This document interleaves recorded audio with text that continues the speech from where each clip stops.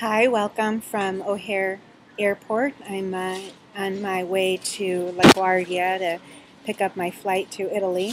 Here, I wanted to just do a recording and be able to talk a little bit about the themes for today, for this week, around migration and issues of refugee, family separation.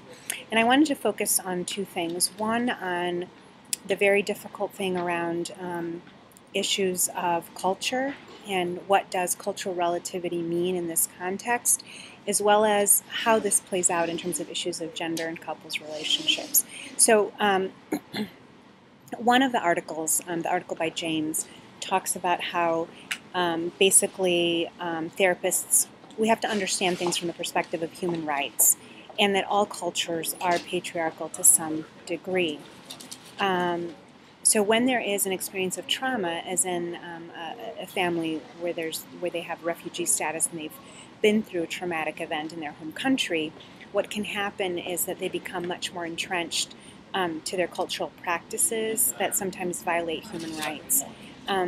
So while cultures change or evolve, they become take on a very fixed view of their culture. So some of the assumptions that we make, or the issues or the mistakes that we make when we don't approach things from a human rights perspective, is that we view domestic violence as quote-unquote part of their culture. So just think about that and think about sort of what are the issues or problems with making those kinds of assumptions. And one of the problems with that particular view is that's what we call a very essentialist view of culture. So for example, you have, even in situations of migration when there isn't necessarily been trauma, but what happens is that people really feel like they need to hold on to their particular cultural experience, their culture, in a new host country, in the new context. Meanwhile, their actual culture in the homeland continues to evolve, change. So for example, there's feminist movements, those kinds of things, where culture does change, it does evolve. And so we need to be careful to not make that mistake, to view culture as quote-unquote essentialist, in the sense that we're sort of viewing everyone from that cultural background in the same way. So then there's this concept of relativism, and a lot of times it's very misguided because we sort of have this respect for another culture out of this view of relativism, right? That because in that cultural context, this practice is okay, when in reality it's a violation of human rights. So if we approach things from this perspective of human rights, then regardless of the cultural context in which it occurs, such as domestic violence, it's not acceptable because it violates human rights. And that's the approach we need to take. Often, however, we are walking a very fine line between respecting cultural differences and challenging unjust practices.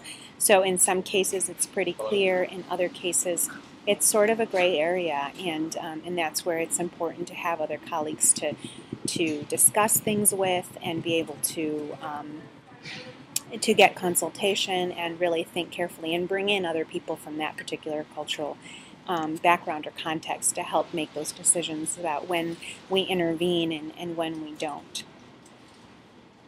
So becoming a refugee, the point here that I want you to really take home is that is what this does to the men, and then how this plays out in a relationship, in a couple's relationship. So when you become a refugee, their masculinity is threatened. So men may feel like cowards, they feel guilty, maybe their wives have been raped as a way to humiliate them as men. So that sort of, then that dynamic plays out in the couple's relationship in terms of them even becoming much more rigid around their own sense of masculinity, but then also plays out in terms of the relationship and the woman not wanting to challenge the man because they are sensitive to the fact that their husband or their partner has been through this kind of experience. So it gets really tricky.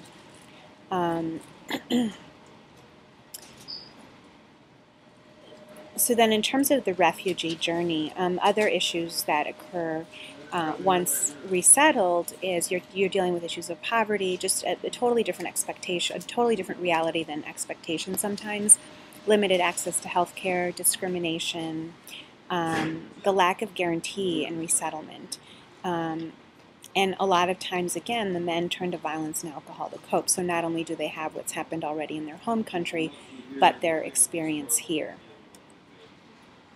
So just continue to go through and think about just these other issues of the dynamics and how this plays out. I don't want to be too lengthy here and go through this, but I'll also post the PowerPoint if you want to go through it a bit slower on your own.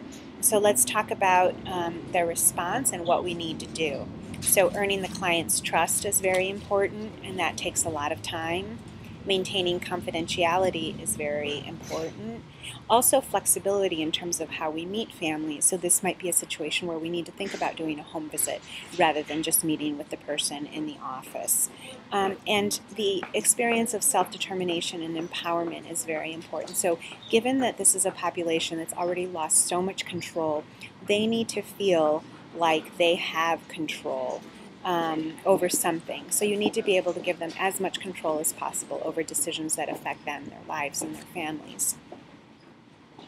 Really take time to understand each person's journey, how, particularly if you're working with a couple, what their life was like before, what was it like during, and what was it like after the war. So really understand their experiences. Also, you need to start from a point of knowledge. So don't start blind. If you have a particular client or couple with a refugee experience, learn as much as you can about the political conflict, that particular country, and you gain some legitimacy with your clients by doing that. So in terms of addressing domestic violence then, you need to be aware of these loyalties that people are going to feel. So the woman is going to feel loyal to her husband. She's going to feel loyal to her particular ethnic group. And as I said before, really address issues from this human rights perspective. It's necessary to work with leaders in the community as well. So sometimes it may be important to bring somebody in from the community itself, especially when you're dealing with these sensitive issues and with people feeling like if they challenge their husbands or if that in some ways that's betraying their community. Also, women may feel like they've already been through so much in the war context that really this experience with domestic violence in the home is nothing compared to what they've already been through. So briefly, in terms of issues of migration, I believe that Estella's presentation will focus on this a little bit. But again, just be aware of how migration disrupts culture, attachment to the family and the country, and be aware of also how things are changing in terms of transnational ties being able to be maintained, because we have Skype and we have email and we have other ways of transportation that is creating a much more fluid almost connection between different countries and geographic regions, and really a different sort of meaning of what a transnational or binational family is. So again, this is a situation where, excuse me, you have to understand the person's narrative. So similar to the issue with refugees, is really understand what their experience is like. You know, are they sending remittances back home, so money back home, the frequency of communication home, how are they communicating, how are they connected? So get a good sense, and get a good sense of what their migration experience has been as well.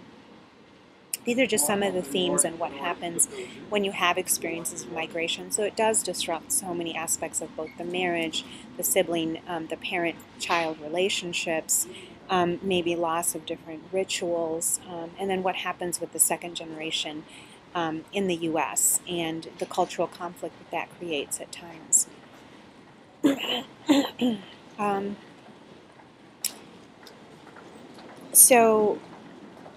I'm not going to get too much into this migration and disruption of social networks. I believe Estella's presentation will get into this. But again, understanding just that social network in some ways does have to be replaced, that is disrupted.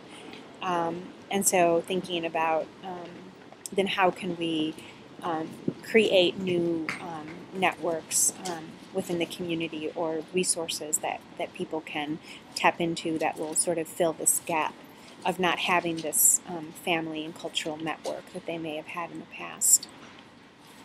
So again, in terms of the therapist, consider what migration experience has done to the family system. Understand that narrative of migration in the context of help seeking. So what is their story? And also sometimes children are the ones that are showing the symptoms, but really adults are the ones that have a lot of anxiety and are very concerned about just basic survival. So as a therapist, you really need to contextualize the experience, be very empathic, and normalize the experience so that they understand that this is very typical of families who have experienced migration. And it's important for the children to understand this too. So just think about the course themes, think about how this relates to issues of intersectionality, poverty, and we've talked about a lot of different things where this may, that relate to, again, the weeks of this week's material.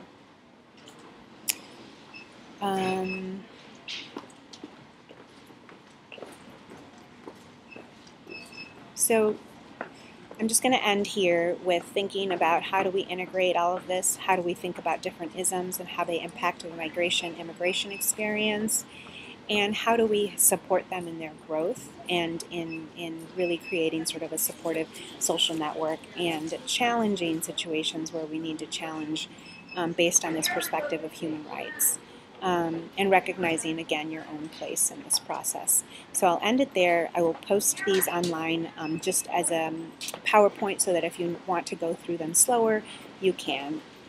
All right, so I'll see you guys next week live. Bye-bye.